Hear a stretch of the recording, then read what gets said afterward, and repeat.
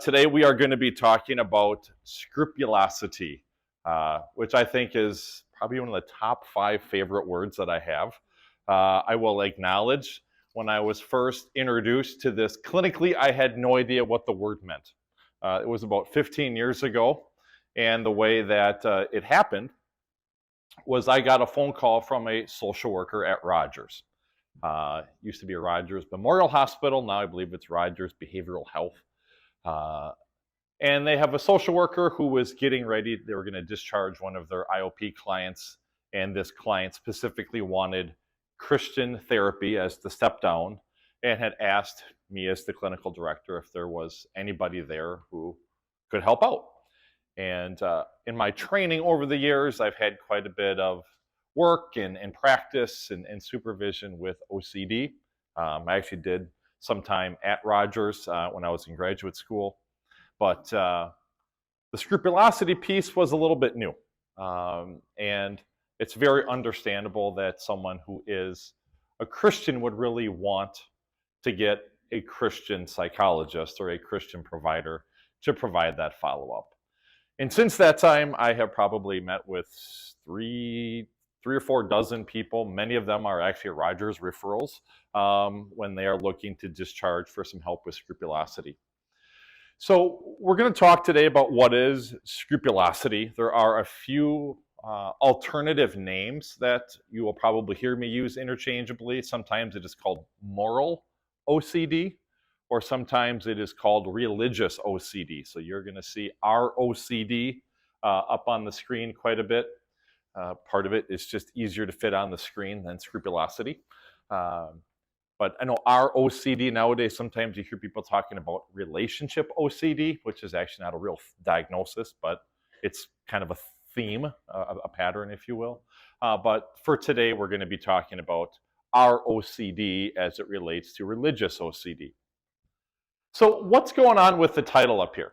The more you cleanse yourself, the dirtier you get. Does anybody know the origins of that phrase? Want to take a stab at it? Luther. This was actually something that Martin Luther himself is credited for saying. Okay. And there is certainly some historical evidence that would suggest that Luther had maybe traits and features, if not fully meeting the diagnostic criteria for scrupulosity. Okay. And so, there are other pretty well-known phrases. I can probably butcher them. I'm guessing some of the pastors in the room can maybe clarify, but something about, the birds in your hair are kind of like thoughts, but just make sure they don't form a nest, right? That you're going to have thoughts, but don't let those things take up residence in there. Okay. So we are going to be talking, not necessarily about Luther, but we're going to be talking about how can OCD really kind of manifest itself with people's faith. Because one of the big things that we are all here and really have the privilege of doing is serving those who are helping and hurting. And for many of our clients, we use their faith as a way to have peace and comfort and tranquility. Well, that's just the opposite of what happens with scrupulosity. Scrupulosity, as their faith, is almost the primary source of their distress. And they begin to really have doubts and question, am I saved? Does God really love me? Am I really truly forgiven? And so not only is it a mental health struggle, it has huge ramifications on people's spiritual lives as well. So we really have such a privilege here to not just provide good, solid, you hear it all the time, evidence-based care, but to also have that privilege to integrate and to incorporate in people's faith and that gospel message. I was struck yesterday. I'm not sure. I was at 2 devotions with Pastor Jeremy Maddock yesterday. And in one of them, he said on several occasions, Jesus is enough.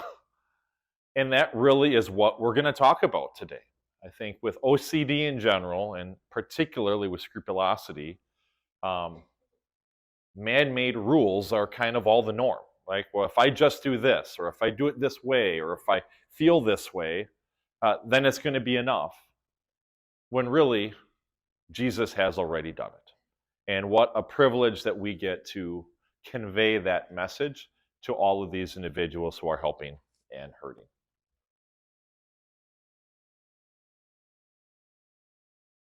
So here is a roadmap for our tour through Scrupulosity today. OCD, just a bit of a refresher. I know you've heard about it before. You're probably somewhat familiar with how it works, but we're going to talk about that once again. We'll talk a bit about the prevalence of OCD and also how common is it that we see the scrupulous subtype. We're going to talk about what is this thing called religious OCD, moral OCD, scrupulosity. We'll talk about a few pretty well-validated measures that if you want to get a sense of, is this more normal, healthy spiritual practice, or maybe is this crossing over into that realm of, is it more pathological? Is it more OCD? Is it more scrupulosity? Because I think that's a really important thing, and that's a real challenge with many of the clients that I have met with, is sometimes they don't really see this as a problem. They see this as really being, well, I'm just that much better of a Christian than other people are, okay? And so helping understand how to have those conversations with people to say, maybe this is a little bit too much of a good thing here, okay? And then we're going to spend the bulk of our time really talking about what do you do to help people. So we're going to talk about your favorite thing and mine, ERP, right? Who's a big ERP fan here, right? Little exposure and response prevention, or sometimes it's called exposure and ritual prevention's kind of potato, okay? But that is hands down the most evidence-based intervention for OCD. And then we're also going to talk a little bit about ACT, okay? I'm sure many of you are familiar with ACT. And if you're truly an ACT fan, you know it is not ACT, right? That's a test that you take to get into college. But I know it's a bit tricky because DBT is always DBT, and those are kind of in that same era of the third wave of behavior therapy. But we're going to talk about how ACT, because it talks a lot about just this kind of acceptance of intrusive thoughts, but it's your choice whether or not to react or to respond to them. So I understand not all of you are going to work with or maybe have an interest in OCD or scrupulosity, but I really do hope that, if nothing else, just the review of some good interventions and techniques for managing intrusive thoughts, which we all have, will be of some benefit, and also talking about some of the applications of how does this work when we're helping some of the littles, not just the adults here too. Closing off, we'll talk about some resources. Angie and Cheryl were kind enough, they did upload some of the screeners that we'll talk about, as well as the slides. So if you want to follow along on Teams, you certainly can do that as well. So talking about OCD, in terms of actual prevalence of mental health conditions or concerns, it's relatively popular, okay? It's a relatively common one, about 2% of Americans. So if you think about what's the average, or what is the population of the US right now, 330, 350 million people. So what does that mean? It means about 6 or 7 million people in America have OCD. They actually meet the criteria. As we all know, a lot of people are subclinical, so they have a lot of the struggles, but they may not fully meet that criteria. So there are quite a few people out there who are struggling.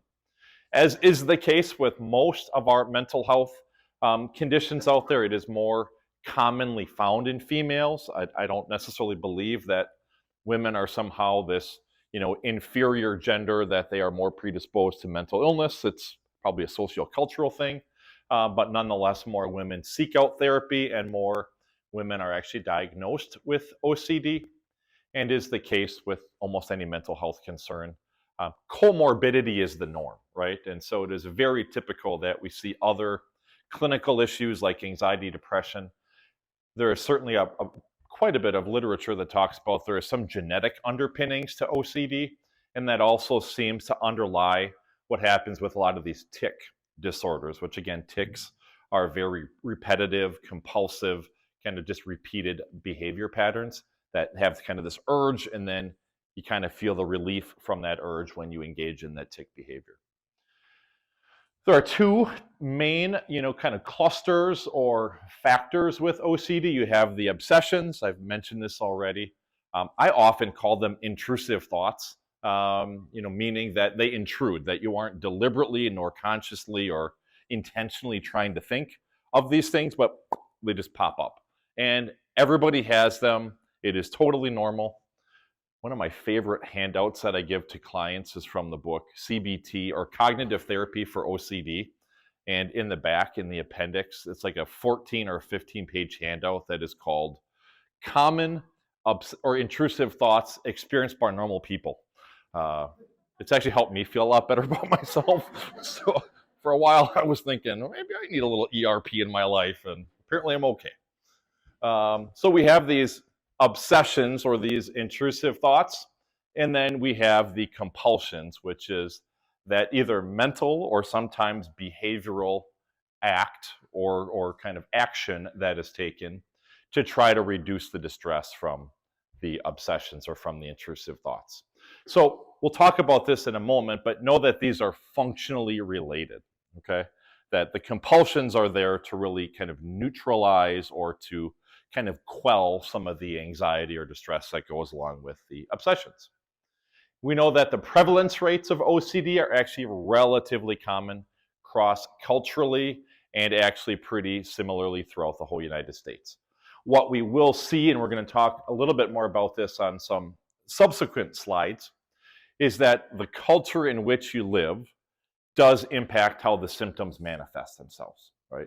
Which kind of makes sense that we are all very much kind of intertwined with our environment based upon what your religious beliefs might be. If you're more Orthodox Jew versus more Protestant Christian, what you obsess about and what you may do to try to calm that anxiety may differ based upon what that specific religion or those religious tenets are. So really, really quickly, just as a refresher, we kind of start off with these obsessions, which are these unwanted thoughts, urges, mental images. So, I'm really concerned because I've seen so many people touching the door handles that I know I've got to leave and I got to go home later today, but I got to make sure that, when I touch that door handle, there's over 100 people here have been touching that already. There's a lot of germs. I got to make sure I don't get sick and take that sickness home to my wife and to my kids. So it creates anxiety, right? Well, what do we do then? Well, we are going to make sure that we try to calm that anxiety down by doing something like excessive use of hand sanitizer or hand washing.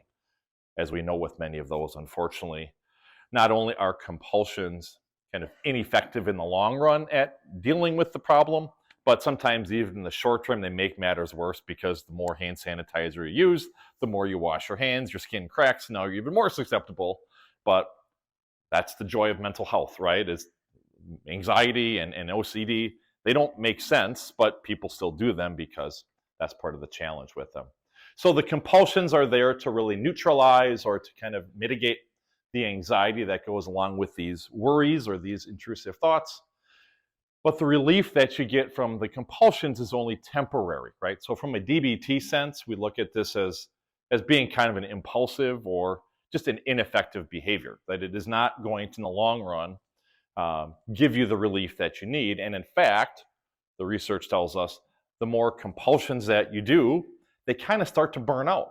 And so then you need more compulsions to actually make the prior ones even more effective. So you will see people have rituals within rituals within rituals because that is just the ineffective nature of being compulsive. So about 1/3, so again, keep in mind that there are between 6 and 7 million people in the US who have OCD. About 1/3, so you're kind of looking at about maybe 2 million people actually have scrupulosity, which to me there's a lot of people. And I think that there are a lot of those subclinical folks as well. I think that it's clearly relevant for us here because we are going to be far more likely to see people who have scrupulosity than a secular clinic. There's a lot of research, we'll talk about this, that many people who have scrupulosity, number one, they first go and talk to their clergy. They talk to their pastor, they talk to the priest about it. But then they also really want either pharmacotherapy, they want meds, or they actually want to talk to a Christian therapist. and how we handle that really does make a huge difference. Most people with scrupulosity, I would say most, are what we would say they have good or fair insight, that they have some recognition that what they are doing is unreasonable, it is excessive, that it is, to some degree, a problem, okay? Yet, as is the case with so many of our mental health conditions, you know it's not necessarily good to keep drinking like this, but you just can't seem to stop. And that there is this inability to kind of stick with those limits. There is that inability to change behavior. With OCD, if you're familiar with it, you know a lot of times these symptoms will wax and wane, okay? Right now on my caseload, I probably have 2 to 3 people, and it's very typical that they will be doing really well for maybe 6 months, and I don't see them a whole lot, then all of a sudden, who knows, there was a sermon at church that just triggered something, and now it's back, right? We also tend to see sort of this general theme throughout their lifetime that they're just more prone to obsessing about things. And the common way that many of those folks deal with it is through being more rigid or being more compulsive. So a lot of my scrupulous clients, they may earlier in their life kind of had a checking ritual, or they may have really been worried about germs or contamination. So the themes of kind of religious, germs contamination, preference for order, hoarding, whatever it may be, the OCD themes may tend to vacillate and actually kind of change over the course of one's lifetime. Unfortunately, OCD can be very debilitating. If you were to think of all the common mental health conditions that are probably linked or most associated with being on disability, OCD is probably in the top 5. So it's usually like depression is probably number 1, maybe bipolar number 2, schizophrenia, eating disorders, and then OCD is typically number 4 or 5, depending on where you look for the. So the bottom line is it is a very debilitating disorder. Most of my clients that I have met with have either lost jobs because of their OCD, have lost relationships because of their OCD, or it has led them to drop out of or discontinue school. And so, I mean, it can be, especially if you haven't gotten the right treatment and it's been going on for a while, it has unfortunately, a pretty nasty track record. Religion tends to be one of the most common themes of OCD. You probably recognize the name Foa. That's Edna Foa. If you don't know who Edna Foa is, she is a big deal, at least in terms of working with OCD and working with anxiety disorders, and especially a lot of the behavioral interventions for those. It is very clear, and you're going to see this repeated later on. We're going to talk about some kind of phrases that clients have told me over the years that have really helped, that you can then share with your people. But the core message is that your religious beliefs don't cause your OCD. What really happens is you have OCD, but the way in which your symptoms are being manifested is religiously, okay? And we'll show you that in a little bit more detail coming up. Unsurprisingly, we know that people who are highly religious, there is a scale out there. I'm going to totally butcher the name of it, but I know it's like the Santa Clara Scale for Strength of Faith questionnaire. But that is one of the common surveys that they use to measure what they call religious intensity. Okay, and understandably, people who are more intense religiously are far more likely to have scrupulosity. And so we're going to obviously see higher rates with cultures in which they have higher rates of religious beliefs than in cultures that do not. Again, just the influence of environment or the influence of the culture. Children, we know that children do have our OCD, they have scrupulosity at almost identical rates. And so we see the rates of OCD in children around that 1.5% to 2% range, which is virtually identical to what we see with adults. Certainly you're going to have to adjust, your intervention a little bit based upon developmental level, brain development and things like that. But unfortunately, children are not immune from this either.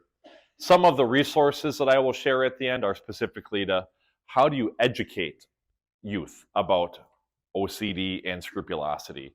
And when is it a problem, and how do you assess for that? So there's some good resources included to help your work with kids.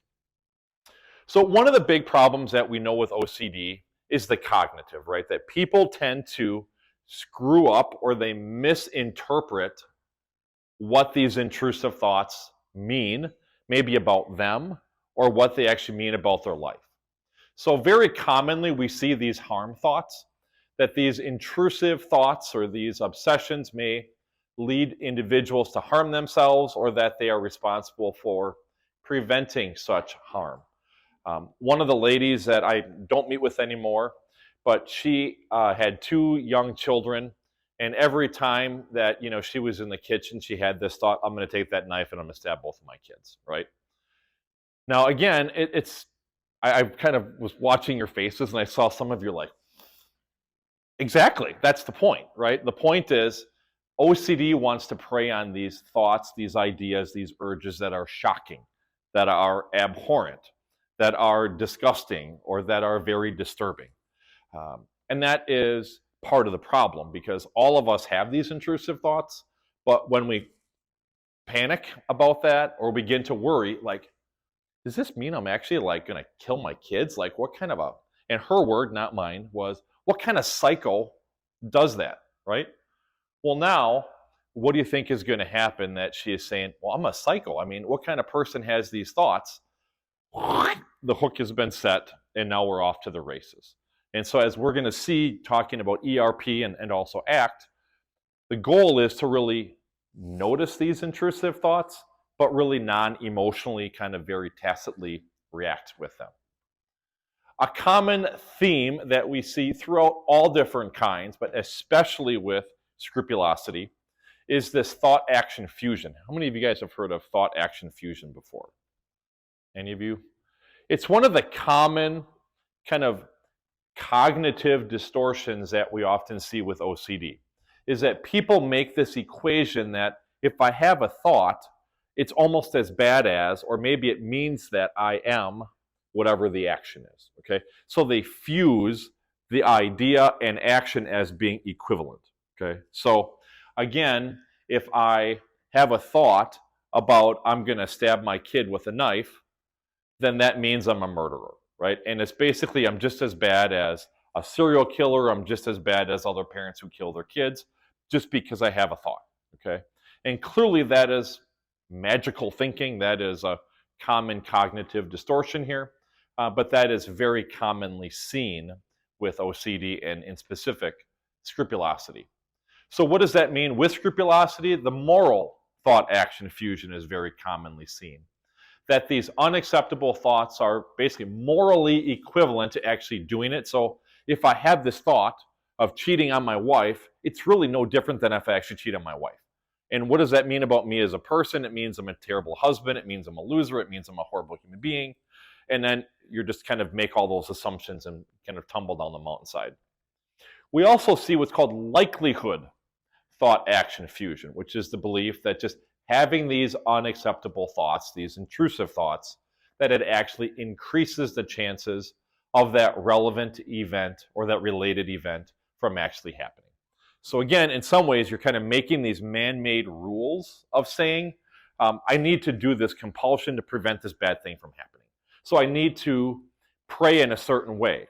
I need to feel a certain way when I read scripture, because if I don't do that, then something bad is going to happen.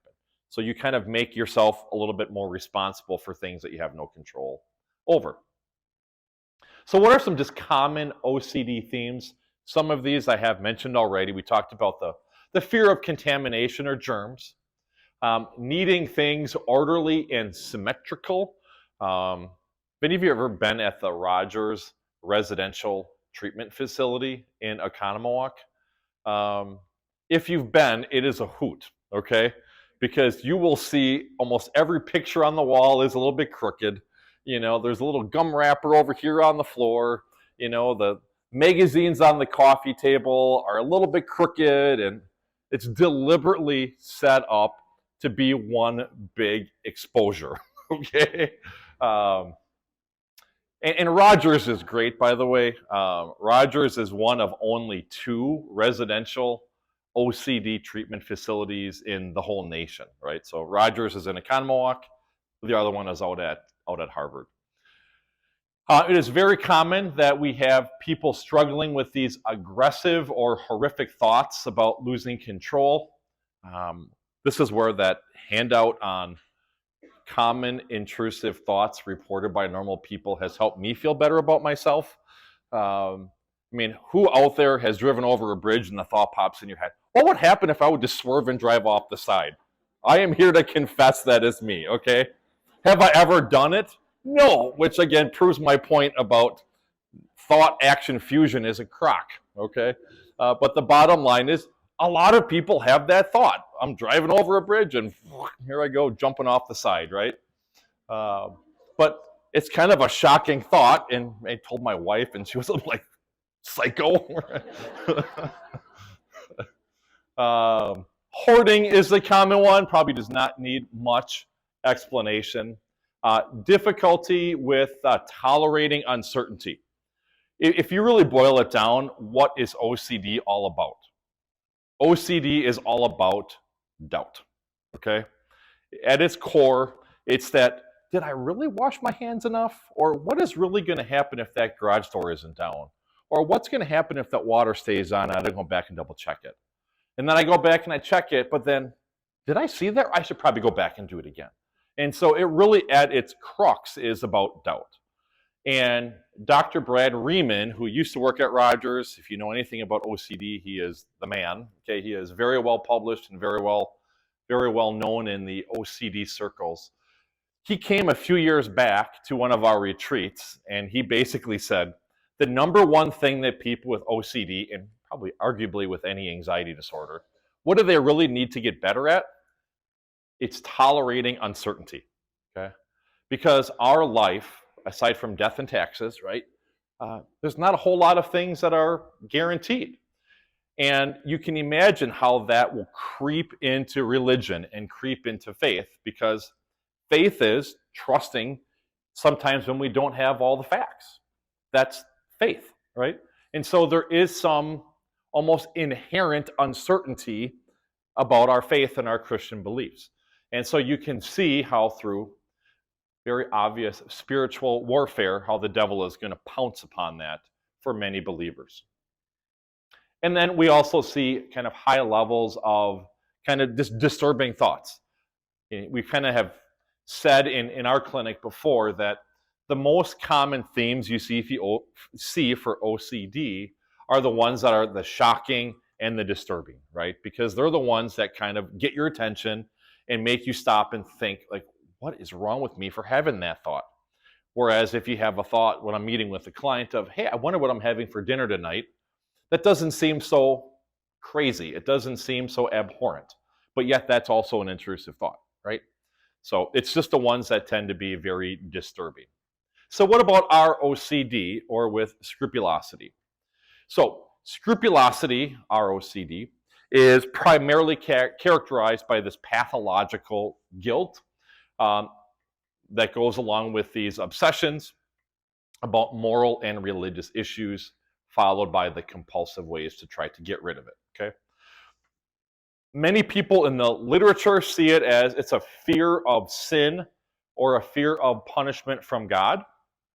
And as I've referenced earlier, based upon your specific religious beliefs, it's going to manifest itself differently. So again, if you are Orthodox Jew, you're going to have a lot of these concerns about dietary. Is this kosher or not? Can I guarantee that it was properly prepared in a kosher facility or in a kosher manner? Violating the laws of ritual purity. Did you properly, fully rest on the Sabbath? Or, you know, when you got up and you made coffee for that person, was that fully observing the Sabbath? So again, that's what you see with Orthodox Jews, whereas with Christians, it's more about this fear of offending God, and kind of jeopardizing your salvation, going to hell. Muslims also tend to have a little bit more of an elevated rate of OCD, and part of it too is cultural, where they tend to live in a very prescribed, ritualistic culture with lots of kind of expectations and pretty hard rules. So what are some common themes that, especially as it relates to the obsession part? We'll talk about some of the common compulsions, the religious compulsions, coming up in a moment.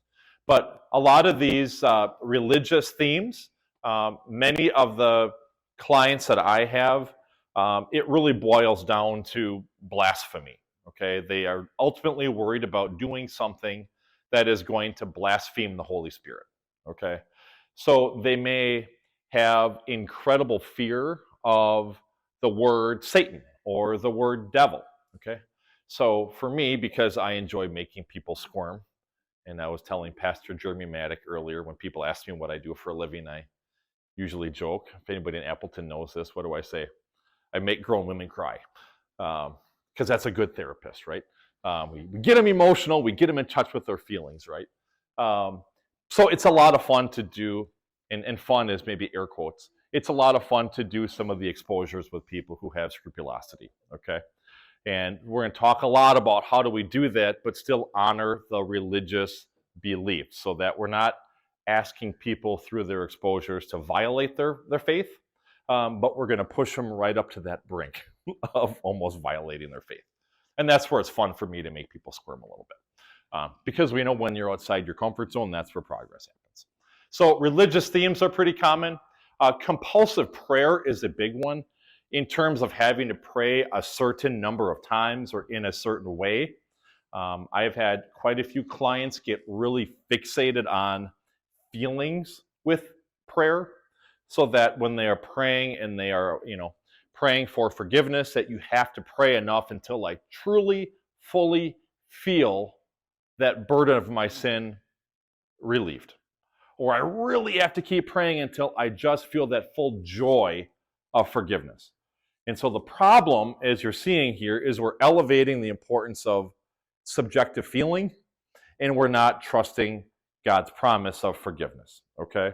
And so when Pastor Maddox said yesterday, Jesus is enough, I'm like, yes, that is literally my presentation in about 3 words, right? Because that is the antidote to all of this. That you don't have to do anything. You don't have to do it in a certain way. And in fact, you're going to do it beautifully and perfectly, and that's still going to be good enough, okay? We see hypermorality. Interestingly, you're going to see upwards of 25% of people with scrupulosity do not identify as being religious. These are the folks that tend to be just hyper-moral. They just have an overly active conscience. For example, I had a client who was in college and was at a party off campus and then was going to be heading back to campus, and there was another car following him, and that other car, did not know where the first car was going. And so this individual was driving down a neighborhood street. There was a big hill. Obviously, in a residential neighborhood, it's 25 miles an hour. He was going like 28 miles an hour because maybe there was a bit of a tailwind and he was going downhill. And the driver of the first car was just racked with guilt, going, not only did I sin, I was going 28 in a 25, but I was leading somebody else into sin as well, okay? And so it's just this overly sensitive conscience. Again, I'm not condoning or encouraging speeding on your way home today, okay? But what I'm saying is most of us, unfortunately, aren't going to get that distressed over a 28 in a 25. Maybe we should, but we aren't. And so it was just this hyper sensitive conscience. Touching and repeating rituals, again, where there are different statutes, for saints, or there are religious relics. Sometimes people get very compulsive about having to clean them in a certain way, handling them in a certain way, all those sorts of things. Repetitive reassurance seeking is a huge problem. And this is why you're going to see, I'm going to strongly encourage you to partner with their pastor, partner with their priest, partner with their minister, because what they probably have been doing is probably burning out their pastor, probably burning out their priest. But we need to set limits on how often are they going there to kind of get that reassurance, because that is probably the most common, or one of the most common compulsions with scrupulosity, is seeking that reassurance that, so you're really sure that I'm forgiven for that, or you're really sure that I didn't offend God, or you're really sure? Again, doubt. And then we talked about this earlier, that cleaning or washing rituals, that's that purification that goes along with OCD. So why do people do the rituals or the compulsions with scrupulosity? It's not always as much with kind of the traditional OCD that it's anxiety reduction, but it's to reduce the guilt that goes along with believing that you have sinned or committed some moral infraction, or it is to really atone for those sinful thoughts. So in a healthy mind, how do you begin to differentiate what's normative religious practice from scrupulosity? In a healthy mind or in a non-OCD mind, individuals pray in order to feel connected or to experience peace, right? That's the driving force, the motivation. But with OCD or scrupulosity, they pray out of fear. Okay? And so that's a very different kind of motivational force between kind of healthy religious practice versus with religious OCD. We'll talk more about that coming up here as well. And then a lot of the individuals who do struggle with scrupulosity, they just seem to view God as being more harsh, more damning, more punitive, and obviously they don't tend to have as positive, or they don't have as much of a gospel-centric view of God. They tend to have far more of a law or a legalistic sense of God. And so that is one thing that we're going to talk about with the treatment, is the importance of trying to counterbalance maybe this overly legalistic or law-based view of God, overly harsh, with not necessarily trying to say God doesn't judge, because he does, but of also saying even though you are imperfect and you're always going to be that way, Jesus is enough. And that really is that gospel hope that we are able to so comfortably and freely share. The vast majority of religious individuals do not have this. Now again, as we know with the DSM, mental health issues do tend to be much more on a continuum than in a categorical system. I know the DSM is still trying to work to get its life figured out. When I was a resident up in Minneapolis, a couple of the doctors I worked with were on different DSM committees back when DSM-5 came out. That shows you how old I am. And they were lobbying with all kinds of epigenetic research that said, these things are on a continuum, on a spectrum. They're not, you either have this or you don't. And you're seeing a little bit more of that reflected in here in the DSM, the diagnostic system now. But my point is, the vast majority of people don't have scrupulosity who are religious. But just because they don't meet the criteria does not necessarily mean that they're totally scot-free, that they may have some of these quirks or these tendencies. But one of the biggest things, and again, you see this uncertainty. So intolerance of religious uncertainty. I know that may sound a bit like psychobabble, but it's when people feel like I just need to know. I need proof that my religion is true. And we can't, we don't, right? I mean, you can do all kinds of apologetics work and understand, all the evidence that is there to support the history of the Bible, which is very good for us to know. But at the end of the day, this is, again, where we partner. We partner with that pastor. We partner with that priest. You do not have to have your MDiv. You don't have to have a PhD in Old Testament studies. You can partner and really collaborate. So what some kind of well-known folks in the scrupulosity world have really suggested is that people have kind of lost their faith in faith. And that really is one of the fundamental struggles, and clearly is going to be an area for treatment that we are going to address.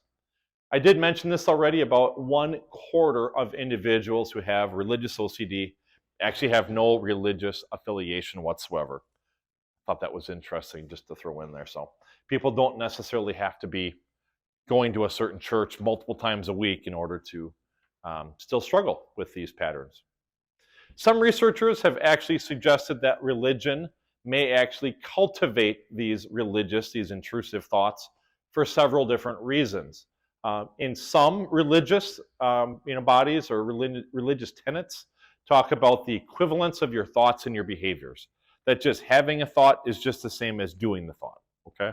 And so you can see how that may lay the foundation for that thought-action fusion. In other religions, they believe that you should be able to control your thought and you should not have any sinful thoughts, right? So you passage out of scripture, hold every thought captive. Like we somehow have the ability to serve as this cognitive gatekeeper. I'm only going to allow these thoughts in, the religiously pure thoughts, but I'm not going to let any of those religiously impure thoughts in. Good luck with that one, right? That's that is not humanly possible to do. Existence of important religious leaders. Pastor Maddock even mentioned that today in his devotion, but just there is this sense of, when Paul is comparing himself to the other apostles or to all the other saints, that I think if we truly look at ourselves and humble ourselves, we realize, yeah, we don't necessarily measure up to how well others maybe are doing, and, chief of sinners though I be. So we know that there is such this tendency to maybe look at yourself and say, well, clearly I need to do more because look what that person is doing. And that's the mindset that kind of breeds compulsivity. And then understandably, the fear of punishment, ultimately kind of damnation and eternal life in hell. What about denominational affiliation? Is there any evidence to say that one religious body would be more likely to have scrupulosity or religious OCD? What do you guys think? Tim? Breeds it. So I would say yes. Anecdotally, I would say the vast majority of my clients have had a Catholic background or they are currently practicing. Because as you said, there is works righteousness, right? Where you are somehow playing a role in your own salvation. And so having that level of responsibility begs the question, have I done enough? Should I do more? How do I know when it is enough? There's doubt there, right? There also does tend to be a little bit more history of religious rituals and tradition there as well. So that is, I would say, very true anecdotally, okay? Let's actually see what the data says. So one of the biggest studies that looked at this, you may recognize this name. I think he has popped up once or twice already. This is your friend and my friend, Dr. Harold Koenig. He is a very well-known researcher on theology and religion and spirituality at Duke. This was a study done, again, it was quite a few years ago, but it really did not find any association between Catholicism, which is what I have seen anecdotally, and this is why I mentioned it, Tim, is that it may not be what we see across the board in America, but I have seen that very often in my work, okay? And again, this is not to, attack, blame, judge Catholics. It's just, that's what I have seen. And that was, I think, one of the theories based upon this. Interestingly, Protestant OCD patients actually recorded some of the worst symptoms that were out there, okay? Again, we all know with research there's some caveats and limitations as well, but I thought that was interesting to note. And I mentioned this earlier that there does seem to be some elevated rates of scrupulosity, especially with those religious obsessions in the Muslim religion, because of those cultural factors of timeliness, ritual purity, sexual prohibition, and the like. So what do we know? We know that highly devout Protestants were more likely to believe that thoughts are important and that they need to be controlled, and that, in fact, you are responsible for your thoughts. Okay? Now, I think most of us would say we really can't control all of our thoughts, and what happens, the more you try to control your thoughts, the more out of control they actually get. That's really out of act, where one of their metaphors is control is the problem, right? That when you try to control things that aren't in your control. So we focus much more on how do you respond to those thoughts, especially those thoughts that may be disturbing or unpleasant. So holding the belief that one is somehow responsible for these thoughts can obviously lead people to have more of a concern or worry about, I got to control these things, I got to stop these things. And we also know that these thoughts that seem especially foreign, or really they run contrary to your religious beliefs, are the ones to intensify the obsessions. And again, those are the ones that are just more shocking, they're abhorrent, they're the most disgusting thoughts that are out there. Goes the emotion. With greater emotion, we know they're more difficult to control the thoughts. So this is a key point that I will share. I have this actually printed off. It's on a handout that I give to clients, that scrupulosity is not a lack of faith.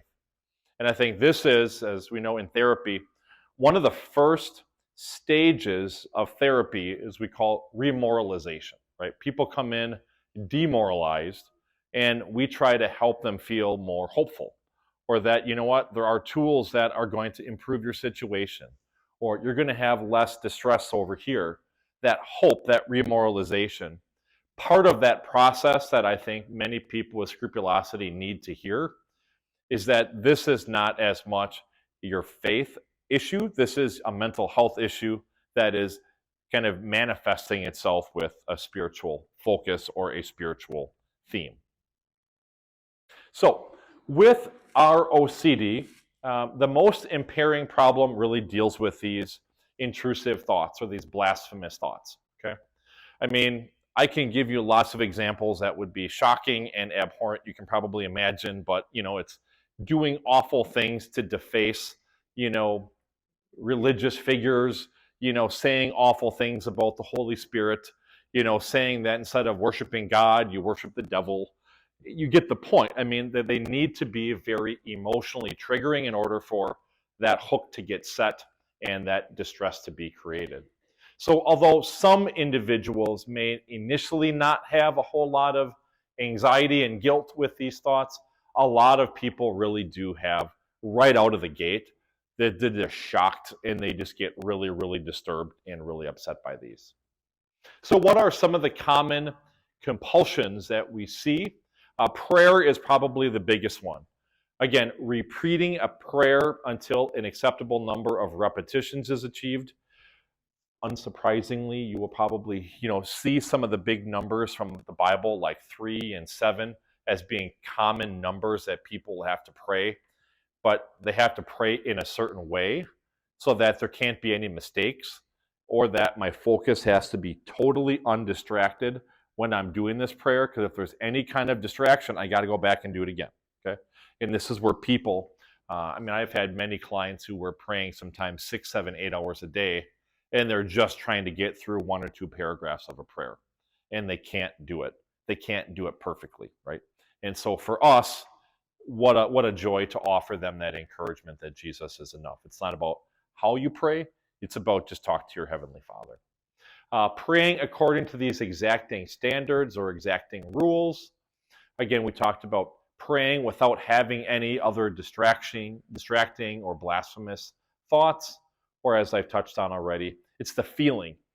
I've actually talked to some pastors about this, and I kind of caution them a little bit, because sometimes you'll hear people say, well, as long as they're coming into your clinic, then they're still clearly bothered by this.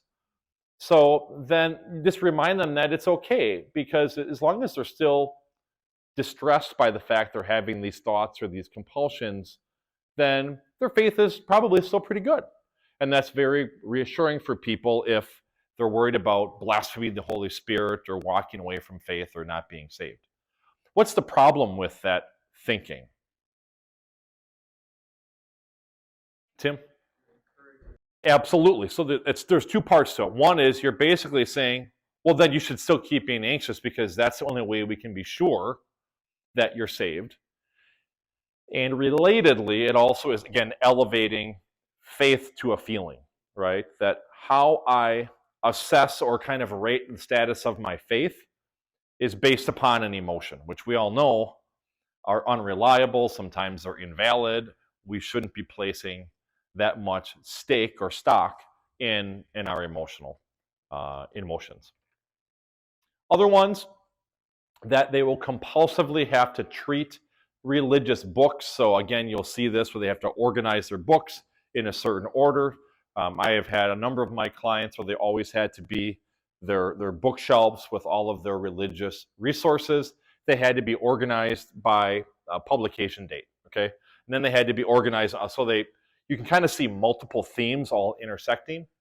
So ritualistic cleaning, straightening, checking of books, making sure that you didn't lose the book or that one page is still there. Anything that you could imagine that could be checked will be checked. And unfortunately, we talked about how people will begin to kind of create new rituals when the old rituals don't seem to be working as well, okay? And this is, again, just more and more evidence of the ineffectiveness of compulsively trying to deal with these intrusive thoughts. And unfortunately, this is what happens so often, is that when you're doing some of these rituals, it actually then becomes associated with some of these intrusive thoughts, and that'll actually basically create a whole nother host of issues or problems. So I thought this was kind of a nice slide that illustrates, I mean, the truth is, you should be able to just say no to this, but what does it look like in a scrupulous mind? You got to make sure to do everything right, or else God's not going to love you. Again, is that what God says in the Bible? No, but there's all these man-made rules and these rituals, okay? For example, make sure you tell everyone you're praying for them, and make sure that you confess every lustful thought, even if it's super awkward.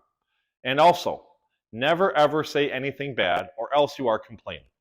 Now again, you're creating rules, but you're also setting these expectations that are unattainable. You're kind of asking for perfection, which is one of those themes of OCD as perfectionism. So many of these individuals have hypermorality. And again, we talked about the case of the driver where was he trying deliberately to speed? No. Was he trying to deliberately lead somebody else to speed? No. But it was kind of a minor, indiscretion or a minor kind of mistake. I accidentally, said the wrong word. Kind of an embarrassing situation. I have a daughter who's going to be a sophomore in high school next year. And she and one of her best friends next summer, hopefully, are going to go to Costa Rica on a foreign exchange or student exchange program. And we were both joking, the parents and my wife and I were both joking about how maybe we should have these girls, get a job, right? Because it would be a nice way, they're kind of at that age, be more responsible, help contribute a little bit of a cost. And I was trying to be cool, which I try often and fail often at. And I said, to my daughter, I'm like, well, maybe you should go get and I meant to say a job, girl, okay? But what came out was, you should go get a girl job. Yeah. Oops. Okay. Who looks like a misogynistic bigot right about now? Or raise your hand, right? And so again, it was an unwitting, it was an unknowing mistake, but that could be one of those things where then it's like, oh my goodness, like what does her mom think about me? Like, does she think I'm totally like thinking there's girl jobs and boy jobs? And am I totally like, what is that? Do I really think that women can't do some of the jobs that men can do? I mean, like, you could see how that could just spiral for some people who have OCD. A very innocent mistake. And believe me, I have since apologized to everybody involved that I did not mean go get a girl job, but just go get a job, girl. Clearly was what it meant to be. So the problem, though, is that when you start making some of these mistakes, people get so paranoid that then they restrict what they do. And what ends up happening is they basically let the fear of making a mistake stop them from doing other healthy religious activities that have some slight risk of just involving a mistake because we're sinful human beings, right? We'll talk more about that coming up. Unfortunately, the outcome data is not super great for scrupulosity. And part of this is I don't know that good, solid treatment protocols for scrupulosity have been around for that long. So that may be a little bit of an artifact of we need newer research to demonstrate how, again, integrating faith and the gospel message into things like ACT and ERP can be solid. But unfortunately, we know that they tend to have poor treatment outcomes. I guess they have worse insight into their symptoms. And because sometimes they have a hard time differentiating, is this my faith or is this a mental illness? And that is very difficult to have that kind of clarity. Understandably, they are more likely to distrust secular mental health providers. That's how I got into this, was people at Rogers were saying, we have this Christian client here, he's done really well, he's dropped down from residential to PHP to IOP, and now he's outpatient, but he is not willing to go to any clinic unless they are solid in their Christian counseling. And that has kind of been, the rest is history for me. And they also may prefer pharmacotherapy to behavioral intervention. I think they, perhaps mistakenly, but maybe not in all cases. I mean, what did Freud say about religion? It's the opium of the masses, right? So, I mean, there is a history here of the mental health and the psychiatric community not being incredibly kind or supportive or inclusive of religion. But I think many clients are afraid that they're going to get attacked or they're going to be told they have to change their religion, that it's actually your religion is the problem. It's not that the religion is the symptom of the underlying problem, okay? All right, so how do we figure out if someone has scrupulosity and to what degree they may have it if they are struggling with it? There are 3 measures. Again, all of these are included on the Teams channel. Number 1 is the Penn Inventory of Scrupulosity, revised. Basically, it's pretty simple. Likert scale from 0 to 4. Total, range of scores goes from 0 to 60. The clinical cutoff, and this is where, certainly if someone has a score of 24 or above, that is a pretty good indication that the way that is interfering with their life, with their faith, is significant. I mean, if you think of what are the 2 main kind of core factors with any DSM diagnosis, it's that there has to be distress and there usually needs to be functional impairment, right? And so there's a lot of people that may be a little bit scrupulous, but may not fully meet the criteria for scrupulosity. There are 2 different subscales. There is a fear of sin. And so with many people, they become very behaviorally inhibited because they're afraid of doing something that could be a sin. So they just shut down and they don't do much. Or there can be that fear of God or the fear of punishment. So again, feel free to check it out. It's a very slick and pretty well validated psychometrically for assessing scrupulosity. The thought action fusion scale, this one is nice because we see thought action fusion in more clinical situations than just OCD or scrupulosity. But with this specific version, the revised version, it looks at the moral thought action fusion and then also the likelihood. So with the likelihood, it's basically believing that having this intrusive thought about somebody else increases the likelihood of that happening. So like I had mentioned earlier, this new mom, 2 young kids, every time she's in the kitchen and she sees the knife rack, it's, oh my goodness, like the more I keep thinking about that, the more it must mean I actually do want to do this. And if I want to do this, then what does it actually mean about me? Okay. Or the intrusive thought could actually be relating to the more that thought happens, the more we actually think whatever that thing is going to happen to us. So we need to do the compulsion in order to reduce that likelihood of that bad event happening. And then your friend and mine, this is kind of the most well-known OCD assessment out there. I'm sure many of you have heard of the Y-box before, the Yale-Brown Obsessive Compulsive Scale. Also up on the Teams channel, what you're going to always do, because this really helps direct what your focus is going to be on the actual Y-box, is you're going to do the symptom checklist. And one of the sections on that checklist is specifically assessing for past or current religious obsessions. And then the actual Y-box itself really looks at the kind of the intensity in terms of how much time is spent, how much disruption does it cause in your life, level of distress, how much do you try to fight it. One of the things that we'll talk about, have you guys heard of a ban book before? It's a real common intervention with OCD when people have a book basically, or a workbook of all the behaviors that they're trying to ban, they're trying to stop, right? And so they really track all the times that you have an urge to do that thing. How often do you resist it versus how often you submit to it, right? And so it's basically a ratio of how many times do you give into it versus how many times do you successfully resist it. And so you kind of add those up, and that should be the total number of times that you had the urge or the thought or the idea to be compulsive. And then how well did you resist it?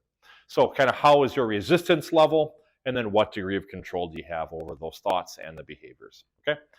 Any questions so far? We'll save some time at the end for more questions too. But if not, we're going to start talking about what I think is the fun stuff, which is now what do we do to help these people including and incorporating in the gospel message. So medications are a thing, okay?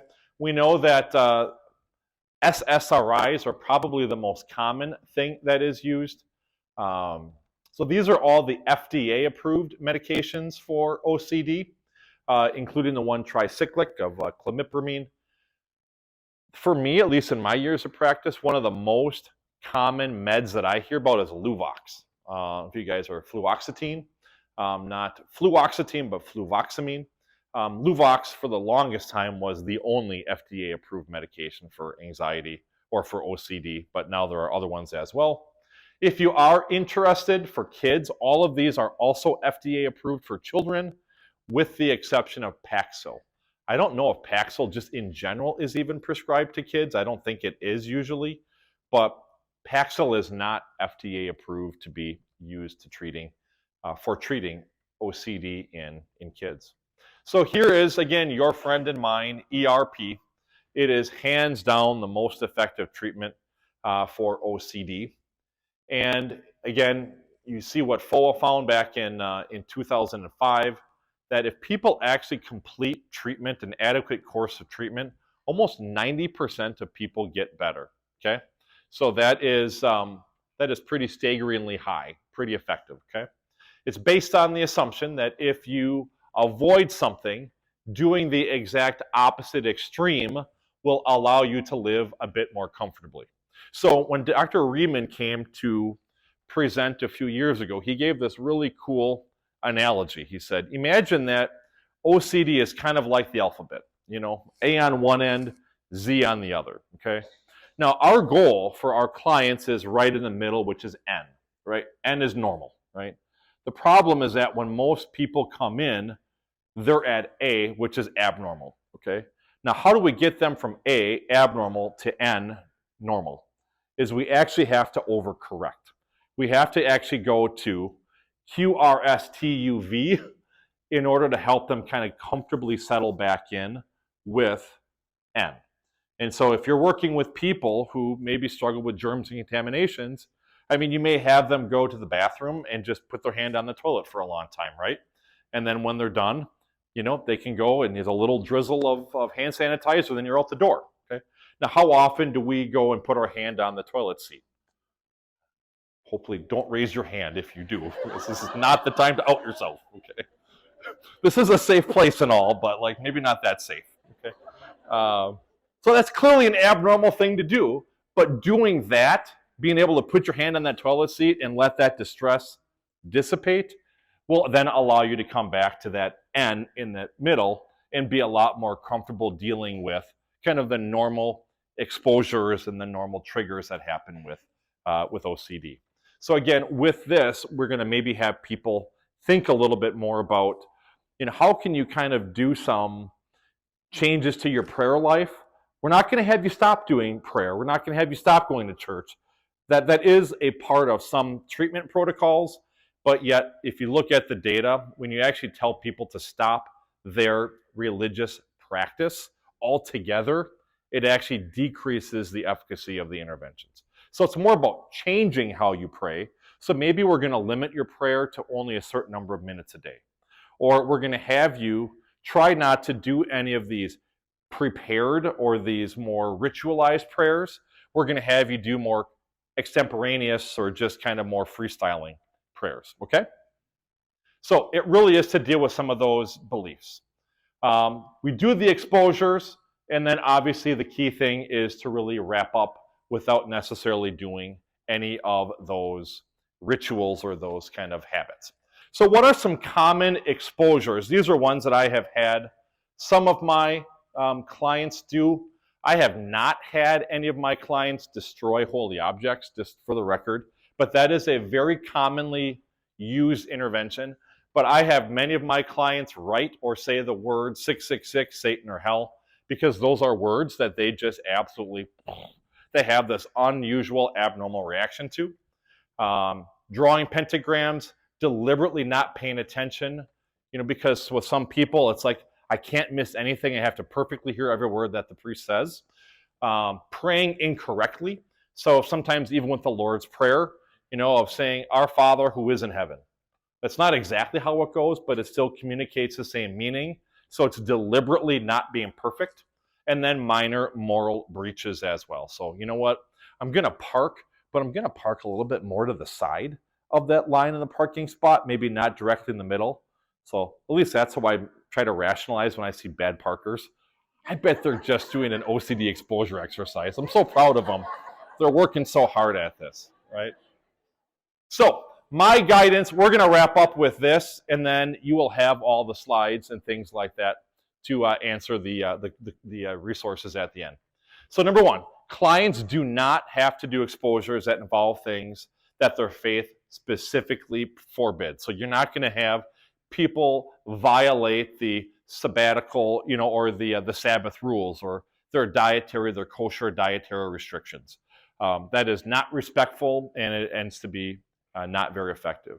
You do not have to destroy, tear, burn the Bible, because so many folks with scrupulosity struggle with these unwanted sexual urges and desires because they're shocking, they're abhorrent. You do not have to have them do exposures to pornography. Clearly, we wouldn't, because we would never assign homework that is sinful. Clients do not have to sit in church shouting things in their head that they consider blasphemous at the preacher, but they do need to learn how to sit there and basically tolerate that distress. Good old DBT skills, right? They do not have to give up their core belief of their faith, but they need to learn how to follow the tenets of their faith and not OCD's skewed version of faith. They do not have to completely stop praying. I mentioned this earlier, but they do need to learn how to pray in a way that doesn't necessarily feed into the OCD. So again, one of my clients said, God, give me the grace to push through my feelings of uncertainty and to not do my rituals. So I am going to stop here. I know we have a little bit of more slides to get through, but got a bit of a late start. I want to be respectful of time. Any questions from the beautiful people? Go for it. Efficacy of pharmacotherapy for OCD, do you have any data? For scrupulosity, it's relatively equivalent to what we see for other themes of OCD. It's a great question. The question was efficacy of pharmacotherapy for meds for scrupulosity relative to other themes or kind of features of OCD, and it's relatively equivalent. So, Alan.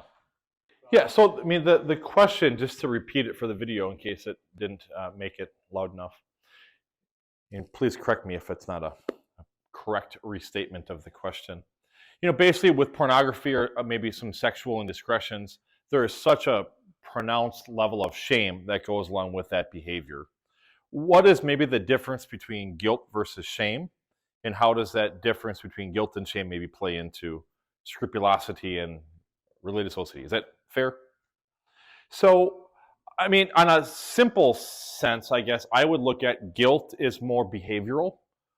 I feel bad because when this happened, this is how I felt, right? So if I even mistakenly lie to my wife, I might feel bad about that, right? Because I did something that violates my morals and values. One should appropriately feel guilty for that, right? So if I believe that looking at pornography is wrong and it is sinful, and if I do that, then it's valid, it's reasonable that I should feel guilty, right? To me, shame is judging yourself based upon that indiscretion, okay? It's what does it mean about me as a human being that I lied to my wife? And that's that self-judgment. Or what does it mean about me as a human being or as a husband or as a Christian man that I looked at something that was sexually perverted, right? And so the shame, to me, is a place where a lot of people get stuck, right? Where we know that in terms of how God looks at us, again, we are white as snow, right? God doesn't see the shame. God definitely sees the indiscretion that violates God's law. And to me, I really want many of my clients to focus more on the guilt more than the shame. I've had many of my clients say to me in not so many words, shame rarely motivates healthy choices, right? If I feel like I'm a loser, if I feel like I'm a lost cause, if I feel like I'm a whatever, then you kind of live up to that label. You live up to that judgment. So what does it mean for this? I think a huge part of what we have talked about all retreat so far, and we've talked about on a larger sense, is that identity in Christ, right? Who are you as a redeemed child of God? You're not a shame-based person. Yes, you are imperfect, and yet we know when God looks at you, white as snow, right? So that's where it's more guilt versus shame that I like to have my clients focus on. One more question. And then, well, yeah, I can talk to you later, Shem. Or you can email me. Great question, and it kind of is a little bit of a tease to right after this, the workshop, the breakout, that we call it breakout or a workshop, or the breakout is on basically dual diagnosis, and that, the old way of trying to help people with addictions was more, let's sober them up first, and then we'll deal with the mental health problem, kind of sequentially, or kind of one and then the other. But now the approach is more, let's try to deal with them concurrently. Let's deal with them at the same time using this co-occurring disorder model or a dual diagnosis model. I think that's kind of how I approach Scrupulosity, is that it's both the identity, who are you, what is your view of God, and symptomatically kind of all at the same time, that we may not do it sequentially. We're going to kind of try to address all those things at the same time in that kind of dual diagnosis, co-occurring problem type of a model. Okay, I got to get out of here. I think I have somewhere else to go and do something. But thank you for your time, and there's all kinds of resources. So God bless, and email me if you have any questions.